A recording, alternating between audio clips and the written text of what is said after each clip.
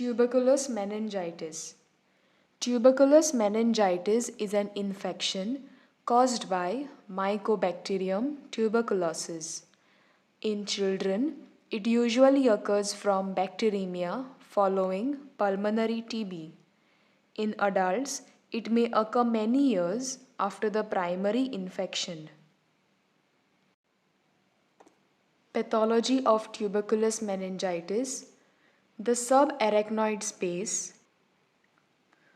throughout the CNS is involved. The basal cisterns and the sylvian fissures are minimally involved. Following bacteremia, metastatic foci of the infection lodges in the meninges, cerebral or the spinal tissue, and the choroid plexus. Rupture of this encapsulated foci results in the spread of infection into subarachnoid space. Thick exudates cover the base of the brain. The exudates may also block the foramen of Luschka and Magendie or any point of the CSF pathway.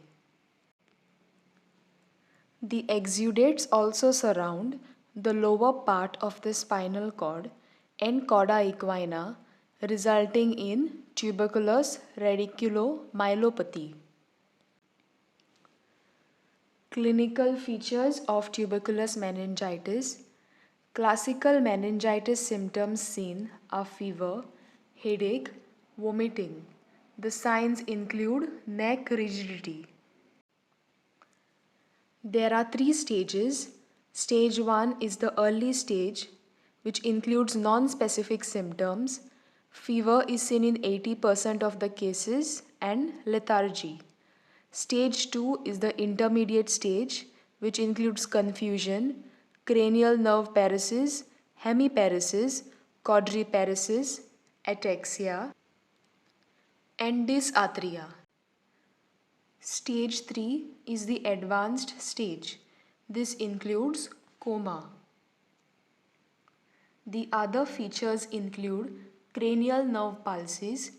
Commonly seen is blindness, diplopia, that is double vision, facial palsy, and deafness. Seizures are commonly seen. Involuntary movements occur in 10% of the cases.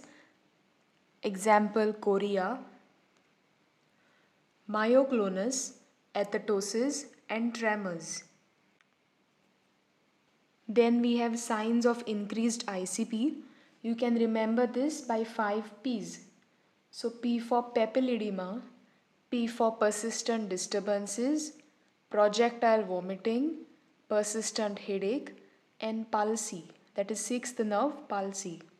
Features of increased ICP due to hydrocephalus will result in change in the intellect, altered consciousness, urinary incontinence, and ataxic gait.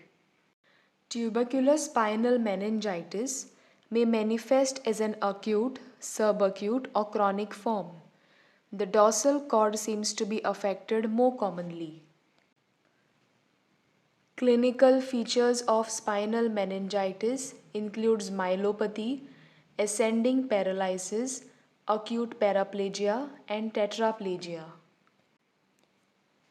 Investigations include CT scan and MRI, chest X-ray, tuberculin skin test.